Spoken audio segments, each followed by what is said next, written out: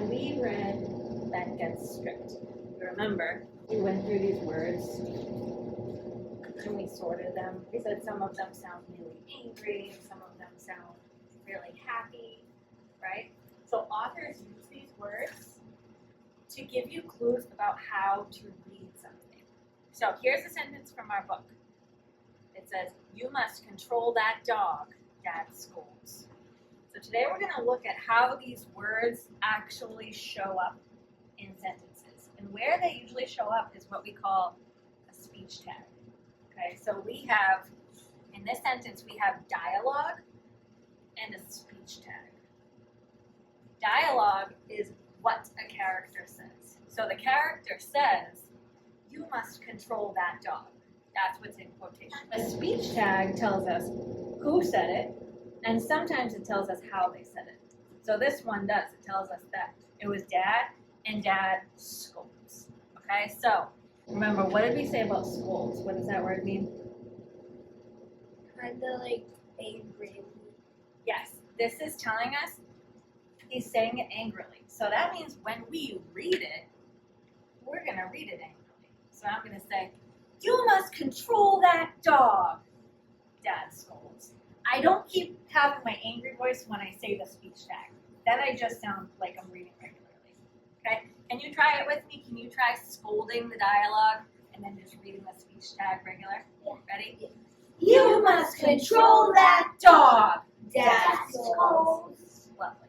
Okay, so we're going to look at some of those words, and we're going to do something called a semantic feature analysis. This is a very fancy way of saying we're going to really think deeply about some words. Okay, so some of our words are going to be over here on the left, and then we're going to think about what do those words tell us about how to say something. My first word is scolded. So we're going to think, if we're scolding, would we say it with a smile? No. Am I scolding like this? No. So we're going to put a plus or minus in the box. I put a minus because I'm not smiling while I'm scolding. If I'm scolding somebody, and this says scolded, if I scolded, would I scold with a frown? No. Probably not. I think it's more angry, so I might say it with a scowl. And that means an angry face. I put the plus in with a scowl. So I would say it with a scowl. And these last two columns talk about the volume that I might say it with. So would I scold loudly or quietly? Wow. Probably Wow. loudly. So I put a plus in loudly, and I put a minus in quietly because you can't scold quietly. Probably not, right? So we're going to go through with some of our words. The next one is size. We're going to do this one together here. Size. So actually, I can think of an example this morning. So the base word is sigh, and if I'm sighing, I'm like this. Take a big deep breath. I'm going to give you an example of that word. This morning, when my son woke up, he said, "Is it the weekend?" And I said, "No, it's Friday. We still have one more day of school this week." And he went, "I thought it was the weekend." So he sighed when he said, "I thought it was the weekend." All right, so if we are sighing, do you think we would say something with a smile if we're sighing? Probably not. Might you sigh with a frown? Yeah. Yeah, maybe, because It's he was kind kind of- of frowning. He was like, "I thought it was the weekend." Yeah, it's probably frowning. I'm going to put a plus. Would you have a scowl? Maybe. Yes, I don't know. what to do. It's I know more what to likely do. to have a frown. I know But what to do. what? You want to do like a minus and then like a plus kind of. That's exactly what I was going to say. You could do two things. If you kind of can't decide, you're like, well, it could go either way. You could put a question mark, or you could do what I think you were just saying, kind of like put a plus slash minus. Yeah. You could go either way. If I'm sighing, would you sigh loudly? Would it sound really loud? No, kind of. Yeah, I think it's probably just like regular Yeah, so like, volume. So when I wrote quietly, I was thinking just regular volume. I didn't mean like whispering or anything like that, but just regular volume. When you sigh something, you're probably just talking in your regular voice. Mine's pretty. So I'm going to say it's probably not loud. It's probably pretty quiet, regular volume. Okay? Yeah. All right. The next word, what is it? Shout. Shouts. So if I'm shouting, what do you think? Could you shout with a smile? You could. No. You could, but I don't think I would. Okay. I was thinking about this, and I wanted to talk about how you could shout in different ways.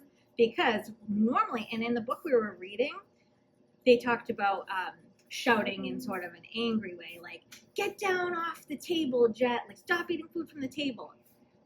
And that way you'd be shouting angrily. But what if you're at a surprise party and the person walks in the door and you yell, you shout, surprise! Wouldn't that be a happy way to shout? Yeah. Or like, this is so fun! Mine's like plus minus. So, with a smile, I would say, yes, you could do it with a smile. But also, I could do one of these. Would you shout with a frown? No. I don't really imagine shouting with a frown. But maybe you can. If you can back up your answer, that's fine. Angrily. With a scowl. Minus plus. Well, but could you? Yeah, but if it was like a surprise party. Then Yeah, so I think we'll just do both. Yeah, I'm doing both. That's what I did. I just slapped. Okay, that works. All right, loudly. Would you shout loudly? Yes. When I think of shouting, I definitely think it is loud and not quiet. It could be quiet. You could do it in your head. All right, so now I'm going to get the words, and you get to pick. Here's another one. So let's look at our speech tag. Sighs, Mom. So we said if we were going to sigh, we wouldn't be yelling, right? We might have a frown, and it's like a deep breath. So the dialogue, or what is being said, is once again, Jet is up to no good. Sighs, Mom, is the speech tag. Would anyone like to demonstrate how you would read this sighing? Once again, Jet was up to no good. Good. That was a wonderful sigh. Once again, Jet is up to no good, and then I have to end my sigh because my dialogue ended. So now I'm going to switch back to regular reading and say, sighs, Mom. Want to try? Once again, Jet is up to no good. Sighs, Mom. All right. Let's do it all together. Ready? 1, 2, 3. Once again, Jet is up to no good. Sighs, Mom. All right. Here's another one. Read it with me first. Then we'll figure out how to say it. Ready? This dog class stinks. Ben hisses. So hisses is kind of like, we didn't put that on our chart, but we talked about it the other day. If you're hissing, it's kind of similar to snaps. Just like a quick way to say something, probably not very happy. Okay? Anyone want to try it? Yeah. Words are, this dog class stinks. Go ahead. This dog class stinks. Ben hisses. Okay. This dog class stinks. Ben hisses. Good job. Do it one more time. This dog class stinks. Ben hisses. There you go. And you switched. You ended your the way that you were talking, and then you said this regular. Exactly, because she was modeling how to read with expression. We have a subject here. Okay, last one. Can you read it with me first? Jet saved the day again. There's our dialogue. Smiles, Ben. So it tells us to say it with a smile, right? You want to try it? Yeah. Okay.